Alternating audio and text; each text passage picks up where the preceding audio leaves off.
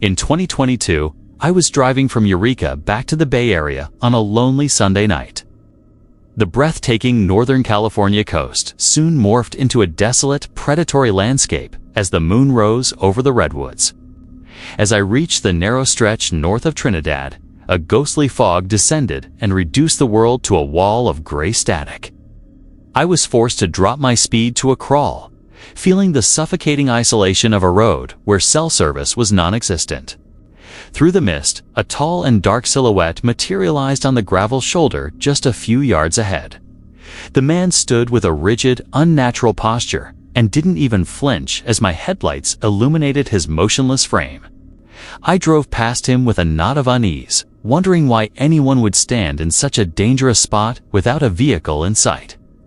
My mind raced with logical explanations. Yet his presence felt intentionally sinister and completely out of place in the damp night air. 10 minutes of silence passed before my headlights caught a shape that made my blood turn to ice. It was the same man, standing in the exact same stance, appearing on the opposite side of the road as if he had teleported.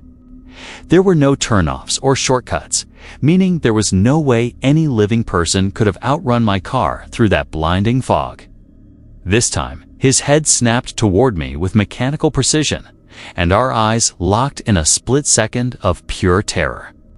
The fog seemed to thicken in response to my fear, swirling around the vehicle like a living entity trying to pull me off the road.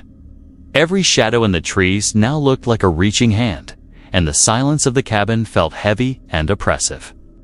Without warning, my beams hit a figure standing directly in the center of the asphalt, blocking my path entirely. I slammed on the brakes as the tires screeched against the damp road, bringing the car to a violent and trembling halt.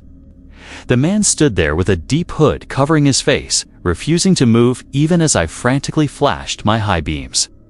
In a moment of instinct, I glanced at my rearview mirror and saw another figure emerging from the fog behind me. I realized with a jolt of terror that I was being boxed in by something that wasn't interested in talking. Desperation took over as I yanked the steering wheel to the right and floored the engine to swerve around the man. As I bypassed him, a thunderous metallic crash rocked the car as if a massive weight had been swung into the rear bumper.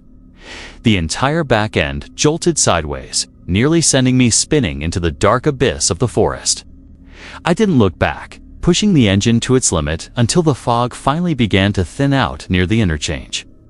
My breath came in ragged gasps, and I spent the rest of the drive trying to convince myself it was all a hallucination. It wasn't until I pulled into my driveway that the reality of the night finally hit me.